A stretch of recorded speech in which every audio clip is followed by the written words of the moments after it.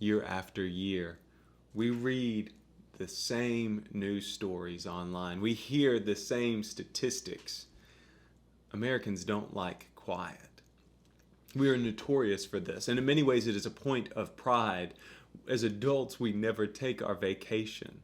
Our go-to response for the question, how are you doing? It's a one-word answer, right? Busy.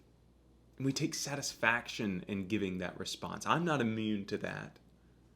Social media has further exacerbated the issue of silence. When we do find moments of quiet, we cloud them with the blue light of our cell phones, pulling us deeper and deeper into a world devoid of silence.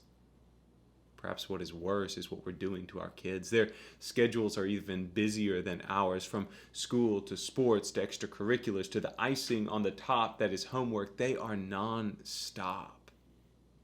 They wake up at 6:30, homework till 12:30 a.m.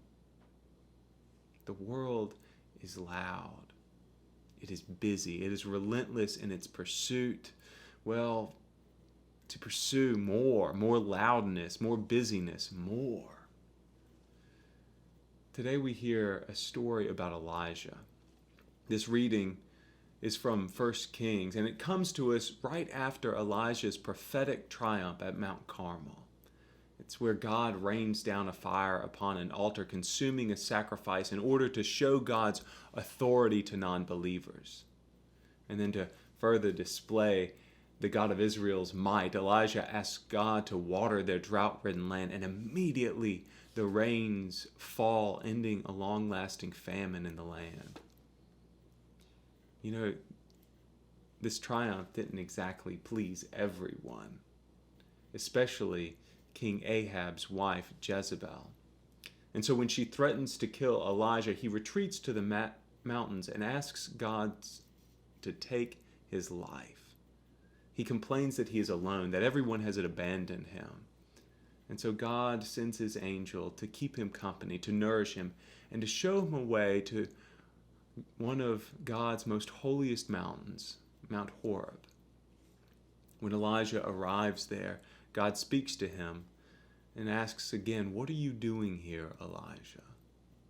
But Elijah whines again. "I've done everything you ask," he says. And the Israelites still don't understand. They still rebel. They still seek to kill your prophets. I am alone and no one is with me, and they're trying to kill me. Everything in this story is loud. From the moment of God's fiery acceptance of the sacrifice at Carmel, to the showers that water the drought-ridden land, to the threats from Jezebel, to the wild emotions running through Elijah's head, things were too much. There was too much dissonance. So God says, "I'm coming to you." And Elijah waits for the Lord. At once, there was a massive wind, splitting trees, rocks, moving anything in its path. But the scriptures say that God was not in the wind. Then came a massive earthquake, shaking the ground, demanding all life to cower. But God was not in the earthquake. Then came a fire, blazing up and engulfing the land, the trees. But God was not in the fire.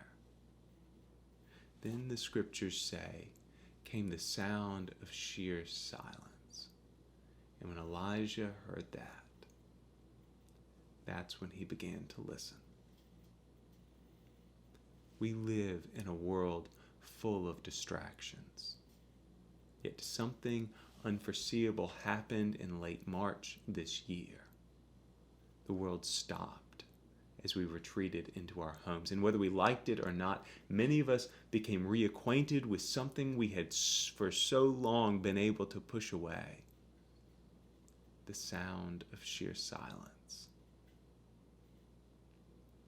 I bet it was hard, wasn't it? It can be for me. Encountering the divine within the silence. Sometimes when we hear it, we want to turn away. When we meet God, we are often confronted with the pains and the shortcomings and the sadnesses of our communities that we would rather ignore. Because the truth is, the loud noise of our jobs and of school often serve as distractions from the hurt that needs to be healed. It distracts us from God's work, the ministry of God, the love of God.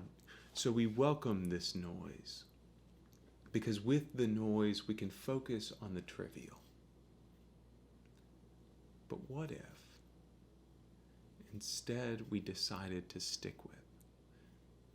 What if instead we decided to face the sound of sheer silence? I promise if you do, that you will hear more than just pain. You will hear the divine ushering you towards redemption and grace and love. You'll be shown a way through the sufferings, because God is not in the business of suffering, but rather healing.